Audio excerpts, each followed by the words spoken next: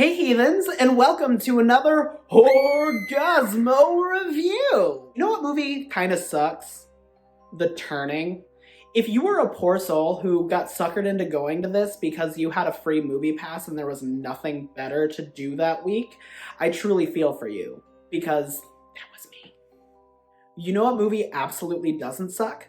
The subject of tonight's Horrorgasmo review, 1961's The Innocents. The Innocents, to my knowledge, was the first movie based on the source material for The Turning, which is Henry James's 1898 classic novella, The Turn of the Screw. Only it's 100 times better. Okay, technically, The Innocents wasn't based entirely on Turn of the Screw. It was a screenplay written by Truman Capote, which is based on the Broadway version of Turn of the Screw, called The Innocents by William Archibald, but you get the point. The Innocents starts with a creepy song saying creepily over the simplistic title screen of a woman's hands folding in prayer. Title screens are a lost art, and this so happens to be one of my favorites.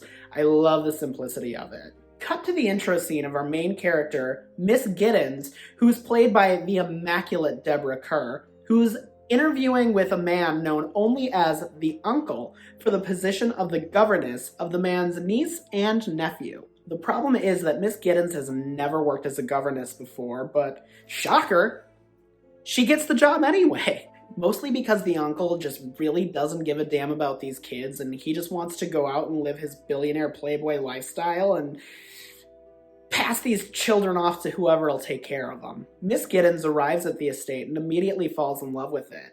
And who wouldn't? It's a massive mansion with courtyards and it's situated on a beautiful lake. How could you not fall in love with something like that?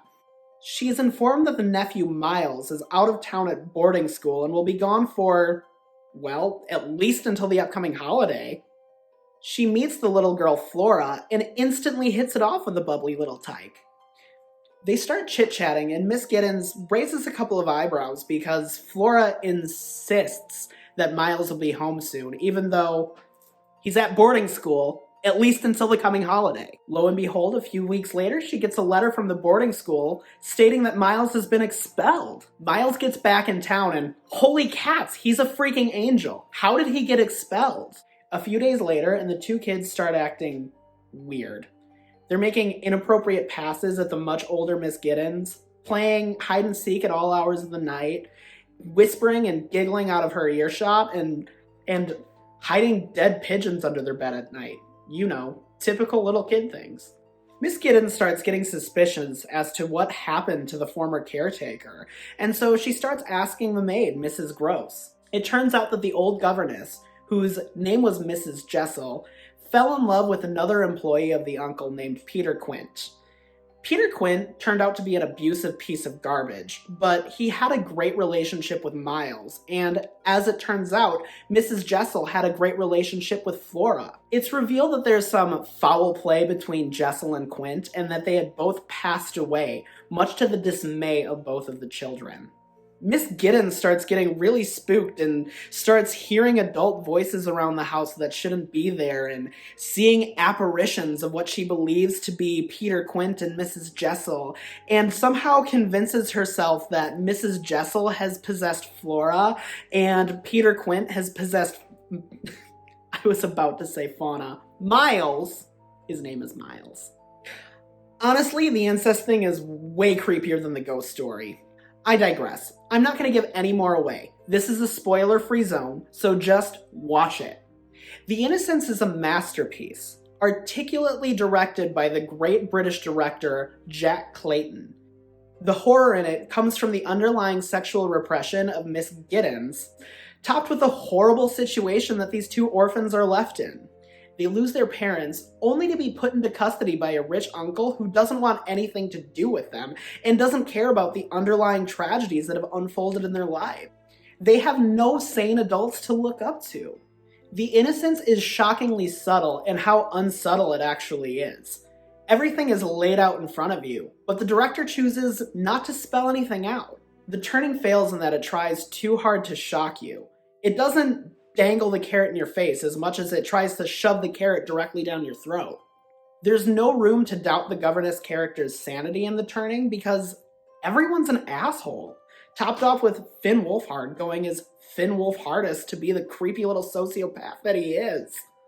At least in the movie. In The Innocents, there's an underlying question of the innocence of the characters. And that's why it can teach so many modern directors that less can be so much more. I highly recommend this movie to people who like to think about their cinema. It was a huge inspiration to Guillermo del Toro, and its mood can be felt in movies like The Others, and The Sixth Sense, and The Haunting of Hill House. And don't come at me because I know that The Haunting exists. Turn your nose up, pour yourself some Earl Grey, and pop in your Criterion Edition Blu-ray. Rizzo gives this movie 10 ghost emojis out of a potential 10. It's perfect in every single way, and there's not a damn thing I would change. Slight disclaimer, maybe it's unfair for me to say that The Turning was complete trash. After all, the director Floria Sigismondi did have some flourishing artwork throughout the entirety of the movie. Also, I'm not going to be the person to tell you to not watch a movie because everybody hates those assholes. And if I listened to every jackass with a camera who had an opinion about film, I would have missed out on so many of my favorite movies. I just think that The Innocents is head and shoulders better. Well, thank you guys so much for watching my Horrorgasmo review of The Innocents. Do you guys have any movies you want to see me review?